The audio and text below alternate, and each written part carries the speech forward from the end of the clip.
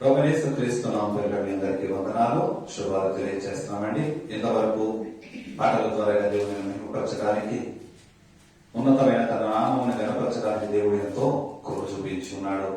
కృప చూపించిన దేవునికి ఏమి ఇచ్చినా కానీ మనము రుణము తీర్చలేము. ఇప్పుడు శ్రేష్టమైన వాక్య భాగంలోనికి వెళదాం. విలాప వాక్యముల గ్రంథము 3వ అధ్యాయము 27వ వచనాన్ని చదువుకుందాం. యవన కాలమున కాడి మోయుట నరునికి మేలు. ప్రార్థన చేసుకుందాం. దేవాది స్తోత్రములు తండ్రి, పరిశుద్ధుడా, మహోన్నతుడ, మహావీరుడా, మీకే వందనాలు స్తోత్రములు చెల్లించుండగా ఈ మధ్యాహ్న కాలం ముందు మరొకసారి మీ పాదం దగ్గరకు వచ్చున్నాము తండ్రి. చదవబడిన లేఖనములు ముందు పెట్టుచుండగా కనికరించండి ప్రభు, కృప చూపించండి నాయన. అయ్యా, మాట్లాడుచున్న మాటలు మనుషులు మాటలుగా కాక నిలబడి ఉన్నది నేనే ఎప్పటికైనా మాట్లాడేవాడు నీవని మేము నమ్మి ప్రార్థిస్తున్నాము తండ్రి.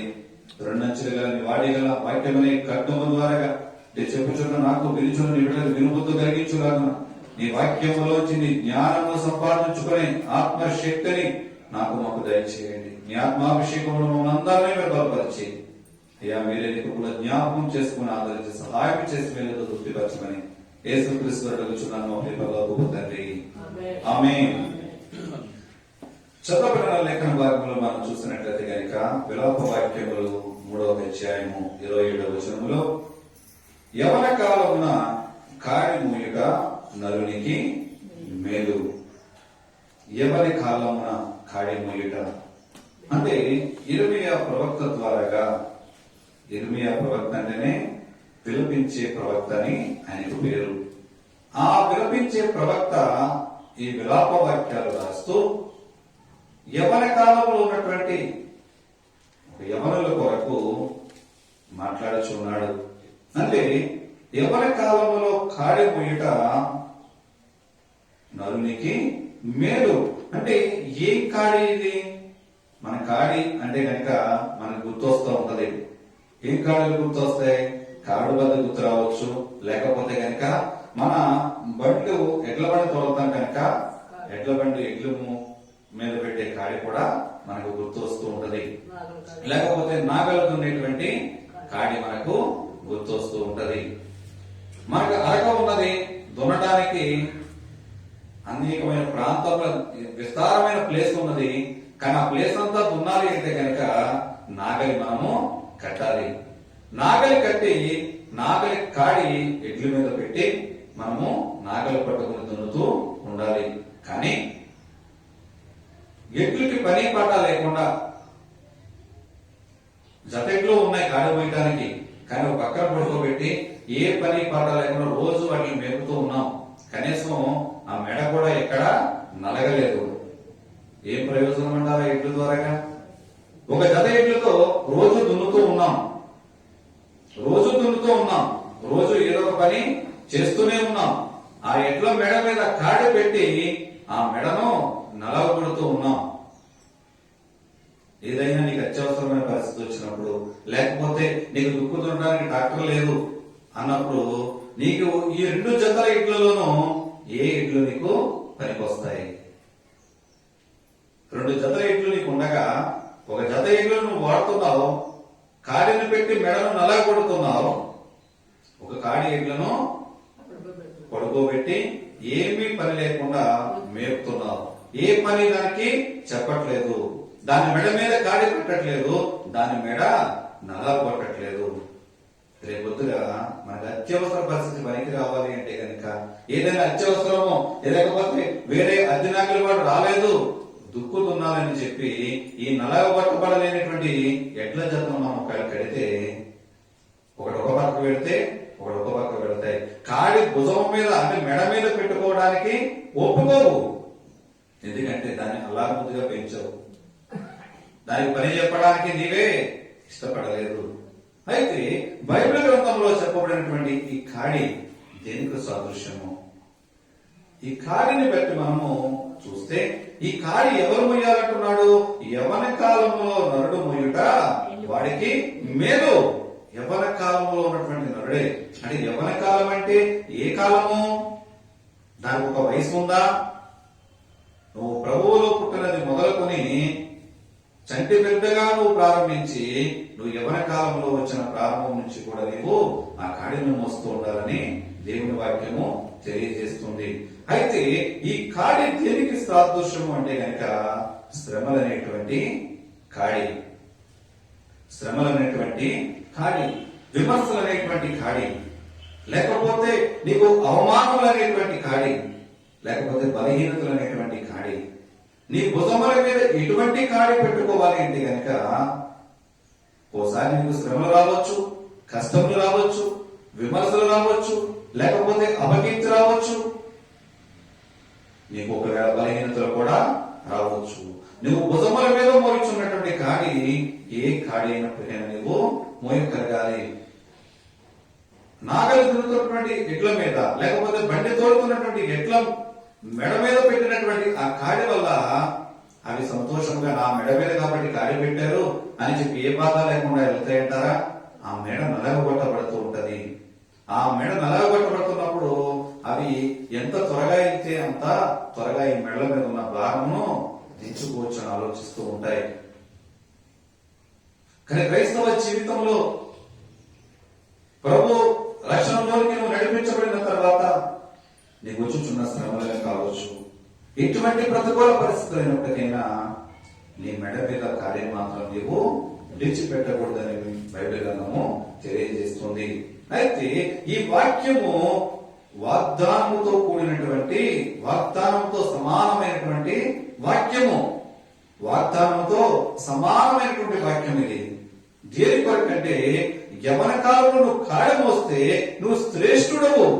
ఎటువంటి ప్రతికూల పరిస్థితి అయినప్పటికైనా నీవు ఎదుర్కొనడానికి, ప్రభువు కొరకు నువ్వు నిలబడటానికి నీకు శక్తినిస్తుంది. ఎప్పుడంటే యవన కాలం నుంచి కూడా నీవు దేవుని యొక్క కాడి నువ్వు మోయగలిగితే. వాగ్దానంతో సమానమైనటువంటి వాక్య భాగము. దేవుని కాడిను మోయగలగడానికి, దేవుని కాడి మోయడం అనేది ఇంతవరకు మన జీవితాల్లో ఏ విధంగా ఉన్నది? నా జీవితంలో మేలు కలగజేసేదిగా ఉన్నదా, లేకపోతే గడిచిన కాలంలో నీకు మేలు కలగజేసిందా, లేకపోతే ఉన్న పరిస్థితుల్లో నీ జీవితము ఏ విధముగా ఉంది, నీ విశ్వాస జీవితము ఏ విధముగా నడిపించబడుతుంది? అయితే భవిష్యత్తులో నీకు కలగబోయే మేలులను నువ్వు ఆలోచించగలుగుతున్నావా? కష్టం వచ్చేటప్పుడు కుంగిపోకుండా, ఇరుకులు వచ్చేటప్పుడు, ఇబ్బందులు వచ్చేటప్పుడు, అవమానాలు కలిగేటప్పుడు నలిగిపోయే వారిగా మన జీవితాలు ఉండకూడదని చెప్పి బైబిల్ గ్రంథం తెలియజేస్తుంది. ఎబ్బేసును బట్టి మనం చూసినట్లయితే కనుక అతని తల్లి ఆమె వేదనలో కన్నది. అంటే వేదన కలుగు సమయాల్లో అతను కని వేదన పుత్రుడిగా ఎబ్బేజు అనే నామకరణ ఆయనకి చేసింది. అతను ఎంత వేదనలో నుంచి బయటకు వచ్చి ఉన్నాడో, ఎంత వేదన పరిస్థితుల్లోంచి అతను పెంచబడ్డాడో, ఎంత ప్రతికూల పరిస్థితి నుంచి ఆయన దేవునిలోనికి ఉన్నతముగా నడిపించబడ్డాడో, తన సహోదరులందరికంటే కూడా ఏ విధంగా ఉన్నాడంటే ఉన్నతమైన స్థితిలోనికి హెచ్చించబడ్డాడు. ఎందుకంటే యవ్వన కాలంలో ఉన్నప్పుడు దేవుని ప్రేమను పొందుకున్నాడు, దేవుని సన్నిధిలో దేవుని గుర్తెరిగాడు. అయ్యో నేను శ్రమలలో ఉన్నానే అని కృంగిపోకుండా దేవునికి ఏర్పాటుగా అతను లేడండి. ఎబ్బేసు గురించి కొద్ది మాటలే రాయబడి ఉండొచ్చు, కానీ అతను చేసినటువంటి చిన్న ప్రార్థన తన సరిహద్దులు విశాలపరచడానికి, దేవుడి తోడైన నడిపించడానికి, ప్రతి కీడు నుండి తప్పించడానికి దేవుడు అతనిపై కృప చూపించాడు. దేని కొరకంటే దేవుని ఏడదాత ఉన్నటువంటి యథార్థతను బట్టి. అతను శ్రమలో అనే బండిని నడుపుతూ, శ్రమలనే కాడిని మోస్తూ దేవునిలో నడిపించబడ్డాడు కనుక దేవుని విషయంలో అతను యథార్థవంతుడిగా నిలబడినట్టుగా బైబిల్ గ్రంథము తెలియజేస్తూ ఉంది. నేను నా భుజముల మీద ఎటువంటి కాడిని పెట్టుకున్నాం? కొరింథీయులు రాసినటువంటి 2వ పత్రిక 1వ అధ్యాయము 7వ వచనాన్ని చదువుకుందాం. కొరింథీయులు రాసినటువంటి 2వ పత్రిక 1వ అధ్యాయం 7వ వచనము. మీరు శ్రమలలో ఎలాగూ పాలువారై ఉన్నారో అలాగే ఆదరణలోను పాలువారై ఉన్నారని ఎరుగుదము కనుక మిమ్మును గూర్చిన మా నిరీక్షణ సిద్ధమై ఉన్నది. హల్లెలూయా. మిమ్మల్ని గూర్చిన నిరీక్షణ స్థిరమై ఉన్నది. ఎందుకంటే మీరు మాతో పాటు శ్రమలలో ఏ విధముగా పాలువారై ఉన్నారో ఆదరణలో కూడా అదే విధముగా పాలువారై ఉన్నారు. ఎప్పుడైతే మన జీవితాలలో ప్రభువుకు మనం సమర్పించుకుని ప్రభు అయిన యేసుక్రీస్తు యొక్క కృపయందును అలాగే ప్రభు అయిన యేసుక్రీస్తు వారి యొక్క జ్ఞానమందును నువ్వు ఎదుగుతూ ఉన్నావో, ఆదరించబడుతూ ఉన్నావో, ధైర్యముతో నింపబడుతూ ఉన్నావో, లోక ప్రజలందరి ముందు నువ్వు ధైర్యము కలిగి నువ్వు దేవుని కొరకు నిలబడినప్పుడు ఆయనే ప్రభువుగా, ఆయనే రక్షకుడుగా నువ్వు అంగీకరించి ఒక స్థిరమైన ఉద్దేశముతో నీవు ఉన్నప్పుడు వాక్యమును అంగీకరించినటువంటి ప్రజలు, వాక్యాన్ని వ్యతిరేకించే జనులు, దేవుడి మాటలు వింటున్నటువంటి ప్రజలుగా ఉంటూ దేవుని వాక్యములకు అవిధేయుగా ఉన్నటువంటి జనము నీపై ఏమి వేస్తారు? బురద జల్లే ప్రయత్నం చేస్తూ ఉంటారు, నేను అవమానించే ప్రయత్నం చేస్తూ ఉంటారు, నేను దుఃఖపరిచే ప్రయత్నం చేస్తూ ఉంటారు. అవునండి, ఈమె పెద్ద భక్తురాలు, మాకేమైనా వాక్యం గురించి తెలుసా? ఏంటండి, మాకేమైనా వాక్యం గురించి తెలుసా? మా తాత ముత్తాతల కాడి నుంచి కూడా మేము దేవుని ఎరిగి ఉన్నాం. మా తాత ముత్తాతల కాడి నుంచి కూడా బైబిల్ అనేక సార్లు మేము చదువుకుంటూ ఉన్నాం. మా తాతగారు బిషప్, మా నాన్నగారు బిషప్, నేను కూడా బిషప్ కొడుకుని ఇది చెప్పుకుంటూ ఉంటారండి. ఎందుకంటే నేను సంఘ పెద్దని, నాకు బైబిల్లో తెలియనట్టు ఏమీ లేదు. నీకు అన్నీ తెలుసు, కానీ వాక్యాన్ని అంగీకరిస్తున్నావా? వాక్యానుసారంగా నడవగలుగుతున్నావా? ఆలోచించగలుగుతామండి. యవ్వన కాలంలో కాడమయ్యేటంటే ఓన్లీ యవనస్తుడు ఒక్కడి గురించే దేవుడు మాట్లాడట్లేదండి. దేవుని సంఘముగా పిలువబడుతున్నటువంటి ప్రతి ఒక్కరము కూడా ఆయనను కాడము మోసేవారిగా, ఆయన సిలువను ఎత్తుకొని ముందుకు కొనసాగే వారిగా ఉండాలని చెప్పి బైబిల్ గ్రంథము తెలియజేస్తుంది. అది ఎటువంటి కాడి అయినా కావచ్చు, అది శ్రమలే కావచ్చు. ఎందుకంటే నాకంటే ఏ శ్రమలు లేవండి, సంతోషము ఏ శ్రమలు లేకపోతే. కానీ మానవగా మనిషిగా ఉన్నటువంటి ప్రతి ఒక్కరికి కూడా ఏదో ఒక ముళ్ళు దేవుడు పెట్టుచూ ఉంటాడు. బైబిల్ గ్రంథంలో యోబుని మనం చూసినట్లయితే కనుక ఊరు దేశమందు యోబు అంతా నీతిపరుడు, యథార్థవంతుడు, దేవుని ఎడల భయభక్తులు కలిగి చెడుతలమును విసర్జించి న్యాయముగా ప్రవర్తించేవాడు, అతనికంటారు ఎవరు లేరండి. అయినప్పటికైనా అపవాది యొక్క శోధన చేత, దేవుని యొక్క పరీక్షలో ఈ విజయం పొందినటువంటి యోబు శ్రమలు వచ్చి నేను కృంగిపోలేదు, భార్య ద్వారా శోధించాడు. ఎన్ని రోజులు యథార్థముగా నీవు ఉంటూ ఈ విధముగా ఉంటావు, దేవుని దూషించి చచ్చిపో. అయినప్పటికైనా మూర్ఖురాలు మాట్లాడినట్టు నువ్వు మాట్లాడదా దేవుడు యోబు మాట్లాడినట్టు బైబిల్ గ్రంథం తెలియజేస్తూ ఉంటుంది. స్నేహితుల ద్వారా శోధించాడు, స్నేహితులు అవమానపరిచారు, దుఃఖపరిచారు, హృదయములను గాయపరిచి మాటలు స్థూలాల వలె యోగును దుఃఖపరిచారు. అయినప్పటికైనా నేను ఎక్కడ తప్పిపోయి ఉన్నానో నా గురించి విజ్ఞాపన చేయండి అని మాట్లాడే తప్ప ఎక్కడ కూడా దేవుని దూషించలేదండి. అతను నిలబడిన దానికి ప్రతిఫలముగా యోబుకు రెండంతల ఆశీర్వాదం దేవుడు కుమరించి అతని తర్వాత 3 తరముల వరకు కూడా అతను చూడడానికి దేవుడు కృప చూపించి ఉన్నాడు. దేని కొరకంటే ఒక నిజ క్రైస్తవుడుగా, ఒక నూతనంగా రక్షింపబడినటువంటి బిడ్డ, నూతనంగా దేవునిలోనికి రక్షణ అనుభవంలోకి నడిపించబడిన వారు ఏ ఒక్కరైనప్పటికైనా శ్రమల మార్గము గుండా నడిచిన క్రైస్తవుడు ఎప్పుడు కూడా వెనక్కి తిరిగి వెళ్ళిపోడండి. హల్లెలూయా. ఏ శ్రమలకుండా అయితే, ఏ కష్టకాలంలో అయితే, ఎటువంటి బతుకుల పరిస్థితులు అయితే దేవుని రక్షణ అనుభవంలోకి నడిపించబడినటువంటి ఒక క్రైస్తవుడుగా, క్రైస్తవురాలుగా నువ్వు జీవిస్తున్నావో వెనక్కి దిగజారిపోయే ప్రమాదము నీలో ఉండదు. ఎప్పుడైతే సుఖశాంతులతో, ఆనందములతో, ఏ లోటు లేనటువంటి వారిగా, ఎటువంటి బాధ లేనటువంటి వారిగా నువ్వు రక్షింపబడుతూ, సుఖిస్తూ, నిద్రిస్తూ ఆనందింపజేస్తూ ఎప్పుడైనా కష్టకాలం వచ్చిందంటే నీ నోటి ద్వారాగా మొదటి వచ్చే మాట, దేవుడికి నేనే దొరికేనా, దేవుడు నాకే ఈ కష్టం తేవాలా? దేవుని దగ్గర ప్రార్థించాలండి. ఎక్కడికి వెళ్తారంటే లోకుల దగ్గరికి వెళతారు, పక్కింటి వాళ్ళ దగ్గరికి వెళతారు, అన్య జనాంగం దగ్గరికి వెళతారు.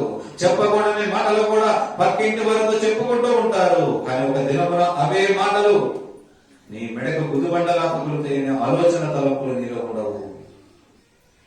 ఆలోచించగలుగుతున్నావా? ఎందుకంటే ఒక్కొక్కసారి నీ శ్రమలను పరీక్షించడానికి, నిన్ను పరిశీలన చేయడానికి, నువ్వు ఎక్కడైనా నా విశ్వాస జీవితంలో దేవుని బిడ్డగా నువ్వు నిలబడగలుగుతున్నావా, ఒకవేళ నువ్వు తప్పిపోతున్నావని చెప్పి దేవుడు నిన్ను ఒకవేళ పరిశోధించవచ్చు, నేను పరిశీలన చేయొచ్చు. ఆ పరిశోధనలో, ఆ పరీక్షలో నువ్వు విజయం పొందుకునే దానిగా, విజయం పొందుకునేవాడిగా ఉండాలి. యోబును పరిశోధించాడు దేవుడు, పరీక్షించాడు. యోబు దిగజారిపోలేదండి. దేవుని కారణమయ్యడానికి, శ్రమనే కారణమయ్యడానికి, బాధనే కారణమయ్యడానికి, అశాంతనే కారణమయ్యడానికి యోబు సిద్ధంగా ఉన్నాడు. మోసాడు అదే విధముగా. మరొక వ్యక్తిని సంసోనుని కనుక మనం చూస్తున్నట్లయితే కనుక, దేవుడి చేత నాజీలు చేయబడినటువంటి సంసోను, దేవుని ప్రజలను నడిపించవలసినటువంటి సంసోను, దేవుడు ఆత్మపూర్ణుడిగా అతను నడిపించి బలపరిచిన విధానాన్ని బట్టి అతను శక్తిని పొందుకున్నాడు. దేవుని ప్రజలను అనేక సంవత్సరాలు నడిపించాడు. అయినప్పటికైనా లోకమనే శోధనను బట్టి, లోకమైనటువంటి పాప వ్యామోహములను బట్టి, లోక స్త్రీలను వ్యామోహించి పాపపు వ్యామోహముతో, వ్యభిచారముతో లోకములో పట్టబడినటువంటి సంసోను భ్రష్టుడైపోయాడండి. తన వంశము అక్కడతోనే భ్రష్టత్వంలోకి దిగజారిపోయింది. తన మరణాన్ని అతనే కొని తెచ్చుకున్నాడు. దేనివల్ల అంటే గనక తన యవ్వన కాలములో భార్యతో తృప్తి చెందినటువంటి సంసోను అన్య స్త్రీలను మోహించి, అన్య స్త్రీలతో పాపమని వ్యభిచారము చేసి తన మరణాన్ని అతను కొని తెచ్చుకొని తన వంశమే లేకుండా చనిపోయినట్లుగా బైబిల్ గ్రంథం తెలియజేస్తోంది. కానీ యవ్వన కాలంలో నువ్వు ఎటువంటి కాడిని మోయడానికి సిద్ధపడుతున్నావు? నీ దేవుని యొక్క కాడిని నువ్వు మోయగలిగే అనుభవంలోనికి నీవున్నట్లయితే కనుక ఈ మధ్య కాలం మందు నీ కాడి భారం ఏ విధంగా ఉంటుందంటే సులువుగానో తేలికగానో చేస్తానంటున్నాడు దేవుడు. సులువుగానో తేలికగా చేస్తానంటున్నాడండి. ఎందుకంటే నీకు శ్రమలు ఏవైనా కాడి ఉండొచ్చు, లేకపోతే నీ బలహీనతలు ఏవైనా కాడి ఉండొచ్చు. ఏదైనప్పటికైనా నీ మెడలు నలగొట్టబడ్డాయా?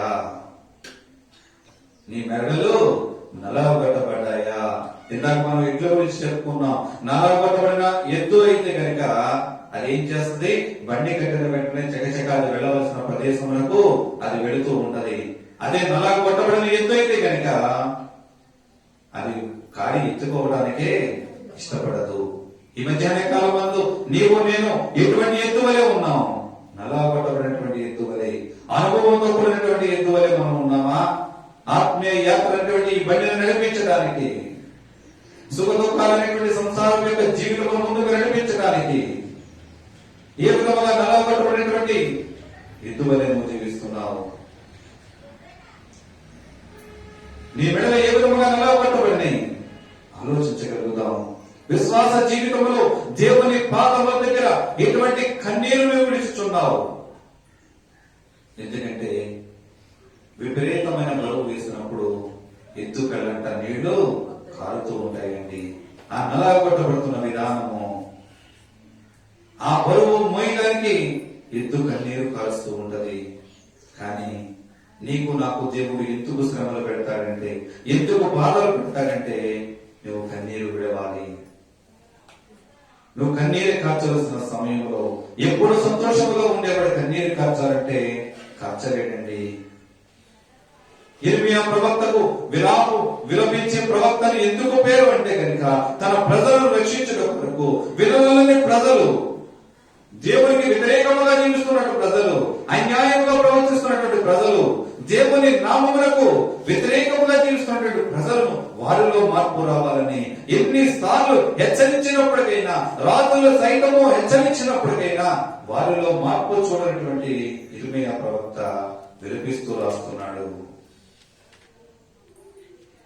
ఒకవేళ నువ్వు కన్నీరు కాల్చడం దేవుడి చిత్తమై ఉన్నదేమో, ఏనాడైనా దేవుని పాదములు పట్టుకుని నువ్వు శ్రమలు వచ్చినప్పుడే కృంగిపోయేవాడిగా ఉండకుండా దినదినము దేవుడు నీ ఎడల చేసిన ఉపకారములను బట్టి, దేవుడు నీకు చేసిన మేలులను బట్టి మీరు జ్ఞాపకం చేసుకుంటూ దేవునికి కృతజ్ఞతాస్తుతులు చెల్లిస్తూ ఈనాడైనా దేవుని పాదములు పట్టుకుని కన్నీరు కార్చావా? నీ మెడ నలగొట్టబడిన అనుభవంలో నీ ఉంటే కనుక నీ కంటెంట కన్నీరు కారుతూ ఉంటది.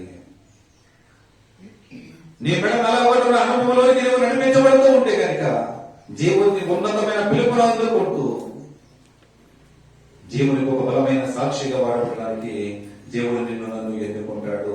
ఎప్పుడైతే ఆయన వాక్యానుసారంగా నువ్వు నడుస్తూ ఉన్నావో, ఎప్పుడైతే ఆయన వాక్యానికి విధేయులుగా జీవిస్తూ యేసే క్రీస్తుని, యేసే రక్షకుడని నువ్వు యథార్థంగా దేవుడిలోకి నడిపించబడుతూ ఉంటే కనుక అనేక మంది వ్యతిరేకులు తిరుగుతూ ఉంటారు. అనేక మంది దేవునికి వ్యతిరేకంగా జీవించేవారంటే లోకు జనులే కాదండి, సంఘములో ఉన్నటువంటి వారే అనేక మంది ఎదురు తిరుగుతూ ఉంటారు. వారి వాక్యానికి వారి హృదయము అంగీకరించదండి.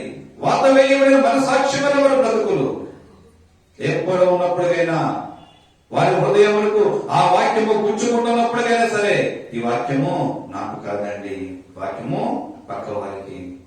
వాక్యముని హృదయమును గద్దిస్తున్నప్పటికైనా వినలోని ప్రజల వలె వాత వేయబడిన ఉన్న సాక్షిగా పక్క చూపులు చూసే జనుల వలె మనం జీవిస్తూ ఉంటాం.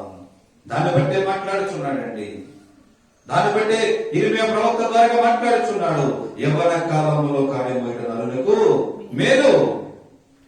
దేవుని కాడి నువ్వు ఎత్తుకొనగలిగితే, దేవుని కాడి నువ్వు ఎత్తుకుని నీ మెడ నల్లగొట్టబడితే, ఆత్మీయ జీవితంలో నువ్వు ఇంకా వృద్ధి పొందగలిగితే కనుక ఇటువంటి కష్టకాలం వచ్చినప్పటికైనా, లోకుల సైతము నిన్ను బెదిరించినప్పటికైనా, లోకల సైతము ఒకవేళ కరువు కాండంలో అల్లాడుతున్నప్పటికైనా తను నమ్ముకున్న బిడ్డలను ఆయన విడిచిపెట్టే దేవుడు కాదండి.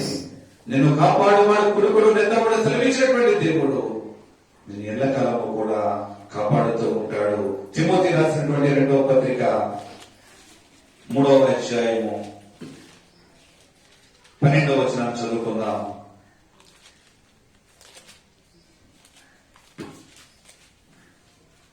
తిమోతి రాసినటువంటి 2వ పత్రిక 3వ అధ్యాయము 12వ వచనం. క్రీస్తు యేసునందు సద్భక్తితో బ్రతుకును ఉద్దేశించు వారందరూ హింస పొందుదురు. హల్లెలూయా. క్రీస్తు యేసునందు సద్భక్తితో అంటే యథార్థమైన భక్తితో బ్రతుకును ఉద్దేశించు వారందరూ కూడా హింసలు పొందుతారు. ఎవరైతే క్రీస్తు యేసునందు యథార్థముగా ఉంటారో వారి హింసలు తప్పవని అపోస్తలుడైన పౌలు గారు తిమోతితో మాట్లాడుతున్నాడు. నా కుమారుడైన తిమోతి, నీ యవ్వన కాలమందు నిన్ను నీవు కాపాడుకో. లోకమనే దుర్బోధలను బట్టి కావచ్చు, లోకమనే అపవిత్రతను బట్టి కావచ్చు, నువ్వెక్కడ కూడా అపవిత్రమైన పాలు కావద్దు. కొన్ని విషయాలు మాట్లాడుతున్నాడు తిమోతితో. నీ నడత దేవునికి అంగీకారముగా ఉండులాగున నీ ప్రవర్తన నీవు కాపాడుకోవాలి. నీ నడత అనేక మందికి నీ నడత ఆదర్శముగా ఉండులాగున నీ నడతను కాపాడుకో తిమోతి. నీ విశ్వాసము అనేకలను దేవుని వైపు తిప్పులాగున, దేవుని యొక్క నడిపించులాగున నీ విశ్వాసము నీవు కాపాడుకో తిమోతి. నీ పవిత్రత అనేకులను ఆలోచింపచేసేదిగా నీ పరిశుద్ధతను నీవు కాపాడుకో. నీ విశ్వాసము నీవు కాపాడుకో. నీ పరిశుద్ధత చూసినటువంటి జనులు, నీ పవిత్రతను చూసినటువంటి జనులు నిన్ను చూసి ఆలోచించగలగాలి. అయ్యో, పాతకాలంలో చూసినటువంటి నా స్నేహితుడేనా, పాతకాలంలో చూసినటువంటి నా యజమానుడేనా ఆలోచింప చెయ్యాలంట. నీ ప్రవర్తనను చూసి, నీ నడవడికను చూసి, నీ క్రియలను చూసి, నీ మాట అనేక మందిని ఆదరించేదిగా, అనేక మందికి ఆదరణ కలిగించేదిగా ఉండాలని చెప్పి తిమోతితో మాట్లాడుతున్నాడు పౌలు గారు. తిమోతిని హెచ్చరిస్తున్నాడు, నీ యవ్వన కాలంలో నీ ప్రవర్తన ఈ విధముగా నడుచుకుంటే దేవుని కాడిని మోసేవాడిగానే ఉంటావు. దేవుని కార్యను వెతుకున్నప్పుడు లోకమని వేషధారుని ముందుకు రావచ్చు, లోకమని అపవిత్రత నీలోనికి రావచ్చు, లోకమని అబద్ధ బోధకులు నిన్ను చిన్నపాలన ఉద్దేశం కలిగి ఉండొచ్చు. అయినప్పటికైనా నీ నడతను మాత్రం నీవు మార్చుకోవద్దు. నీవు ఏ కాడైతే ఎత్తుకున్నావో ఆ కాడిని గురి యొద్దకే నువ్వు నడిచే విధముగా, ఏ కాడి ద్వారా అయితే ఏ నాగలి చాలు నువ్వు దున్నాలనుకుంటున్నావో అటు ఇటు పక్కకు వెళ్ళిపోయి ఎద్దుల వలే కాకుండా అనుభవపూర్వకముగా నలగొట్టబడినటువంటి నీవు ప్రభువు కొరకు గురి యొద్దకే పరిగెత్తే వారిగా నీవు ఉండాలి తిమోతి. ఎందుకంటే క్రీస్తు కొరకు ఎవరైతే సద్భక్తితో యథార్థముగా ఉంటారో వారందరూ కూడా హింసలు పొందుతారు. స్టెఫెనును బట్టి ఆనాటి యూదులు అదే విధముగా హింసించారండి. దేవుని యొక్క మాటలను ప్రకటిస్తుంటే, దేవుడి యొక్క మరణ పునరుద్ధారణ గురించి రక్షణ గురించిన వార్తను ప్రకటిస్తూ ఉంటే ఆ దేవుని నువ్వు ఇక్కడ ప్రకటించడానికి వీల్లేదు, ఆ దేవుని మా మధ్యలోనికి తీసుకురావడానికి వీల్లేదు. సువార్తనే కాడిని మోస్తాడండి స్టెఫెను. సువార్తనే కాడిని ఎత్తుకున్నాడు. దేవుని పరిచారకుడుగా సువార్తను ప్రకటించాలి, అనేక నశించిపోతున్న ఆత్మల చెంతకి దేవునిలోకి నడిపించాలన్న ఆలోచన కలిగినటువంటి ఆ కాడి ఎత్తుకున్నటువంటి స్టెఫెన్ను అలనాటి జనులు చంపివేశారండి రాళ్లతో కొట్టి. అపొస్తలుల కార్యముల గ్రంథము 5వ అధ్యాయం 41వ వచనం మనం చూసినట్లయితే కనుక, అపొస్తలుల కార్యముల గ్రంథం 5వ అధ్యాయం 41వ వచనం, నా నామము కొరకు అవమానము పొందుటకు పాత్రులని ఎంచబడినందున వారు సంతోషించుచు మహాసభ ఎదుట నుండి వెళ్ళిపోయి హల్లెలూయా. అపోస్తలుని కొట్టమండి, వారు హింసింపబడ్డారు. దేవుని నామమును బట్టి దేవుని సువార్తను ప్రకటిస్తుంటే, అక్కడ బలహీనమైన వారిని బాగు చేస్తూ ఉంటే దేవుని నామమును మా మధ్యలో ప్రకటించడానికి వీల్లేదు. ఈ నామం ఏదో కొత్త మతముగా ఉన్నది కనుక మా మధ్యలో నీ ప్రకటించడానికి వీల్లేదని చెప్పి వారిని కొట్టి అవమానపరిచినట్లుగా, వారిని దూషించినట్లుగా ఉన్నప్పుడు ఈ అపోస్తలులు ఆ దెబ్బలను బట్టి వారు బాధపడలేదండి. దెబ్బలనే కాడిని వారు మోసారు. దేవుని సువార్తనే కాడిని ఎత్తుకున్నటువంటి వారికి దెబ్బలనే ప్రతిఫలం వారికి వచ్చినప్పుడు ఆ దెబ్బలనే ప్రతిఫలములను బట్టి వారు దుఃఖించలేదండి, వారు అవమానం పొందినట్లుగా భావించలేదు. దేవుని నామమును బట్టి వారికి కలిగినటువంటి అవమానముగా పొందక, అవమానముగా భావించక దేవుని ఎడల కృతజ్ఞత కలిగి ఈ అవమానం పొందుటకు మేము పాత్రలమని ఎంచుకుని అక్కడి నుంచి ఏ విధంగా వెళ్ళారంట? సంతోషంగా వెళ్ళారంటండి.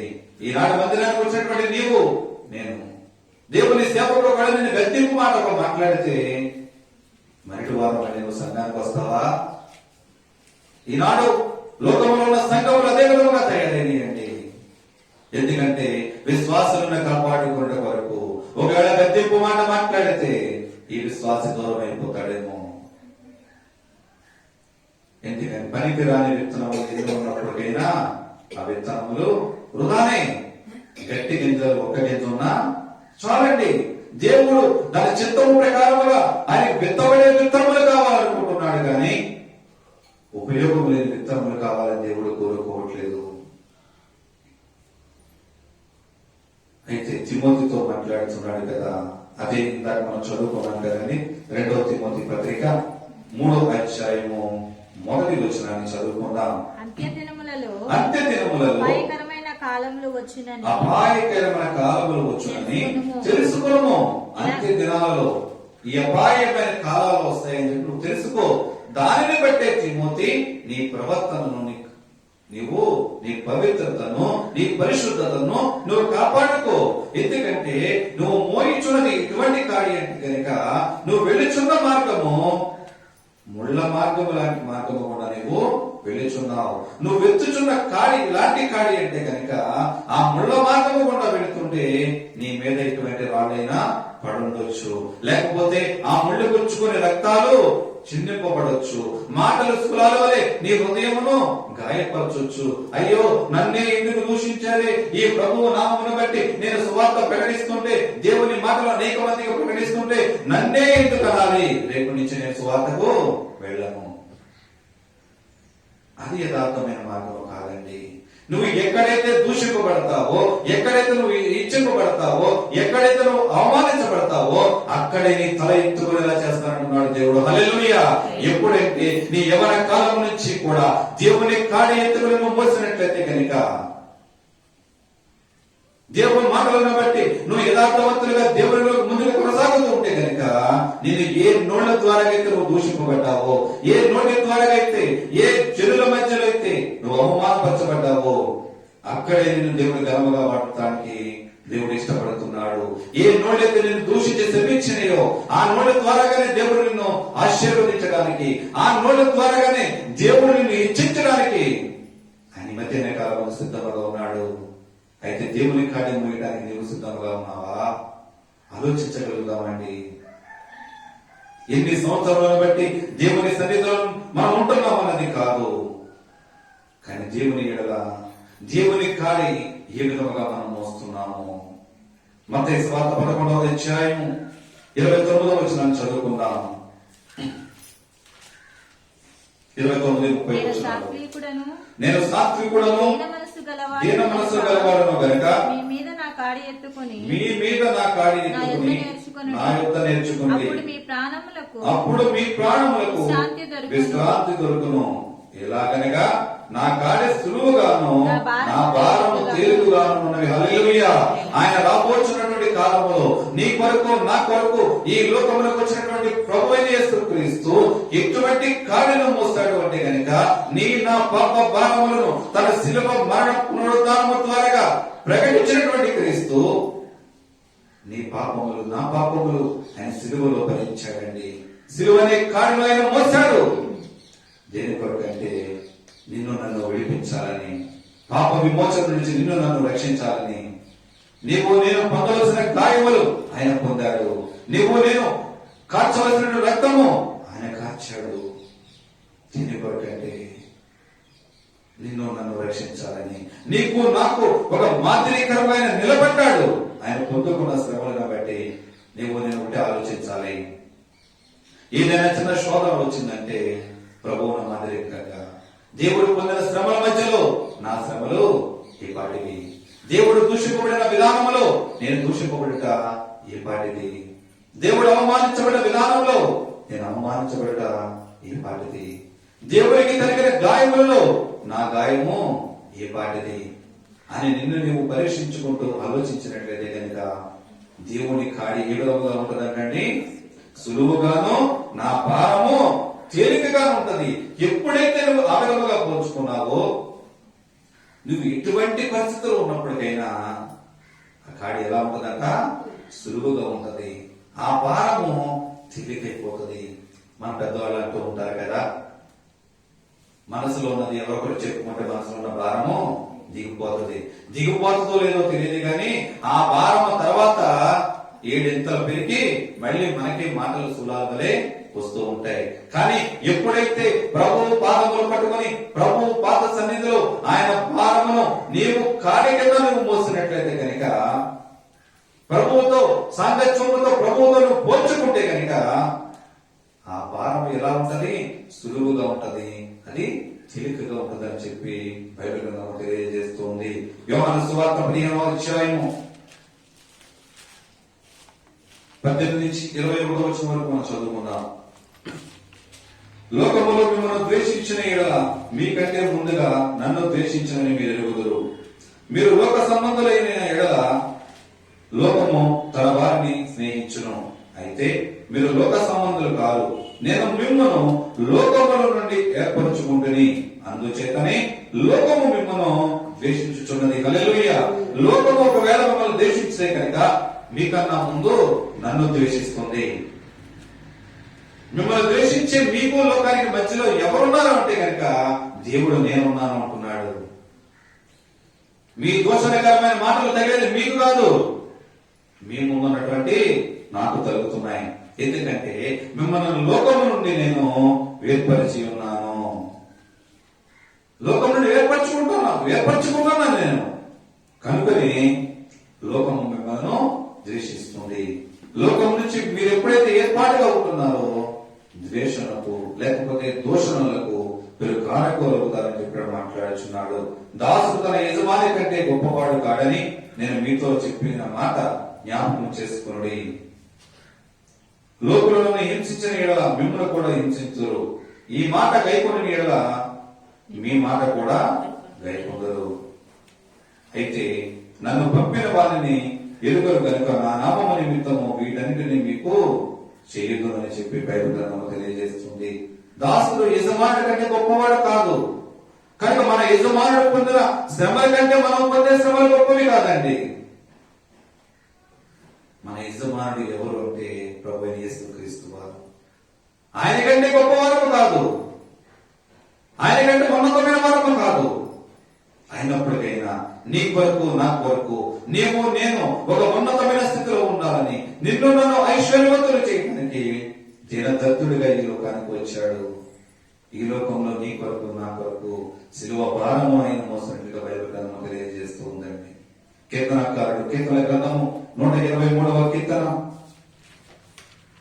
123వ కీర్తన 3-4 చరణాలు చదువుకుందాం. యెహోవా మేము అధిక తిరస్కారము పాలైతిమి,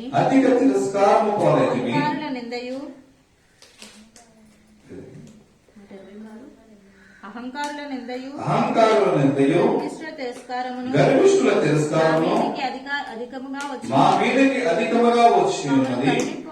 మమ్మను కరుణింపుము. ఇక్కడ కీర్తనకారుడు రాస్తున్నాడండి, యెహోవా మేము అధిక తిరస్కారము పాలైతిమి. ఎప్పుడు అధిక తిరస్కారం పాలవుతావు? దేవుని ఎడల యథార్థముగా ఉన్నప్పుడు అధిక తిరస్కార పాలు అయ్యే ప్రమాదము ఉన్నది.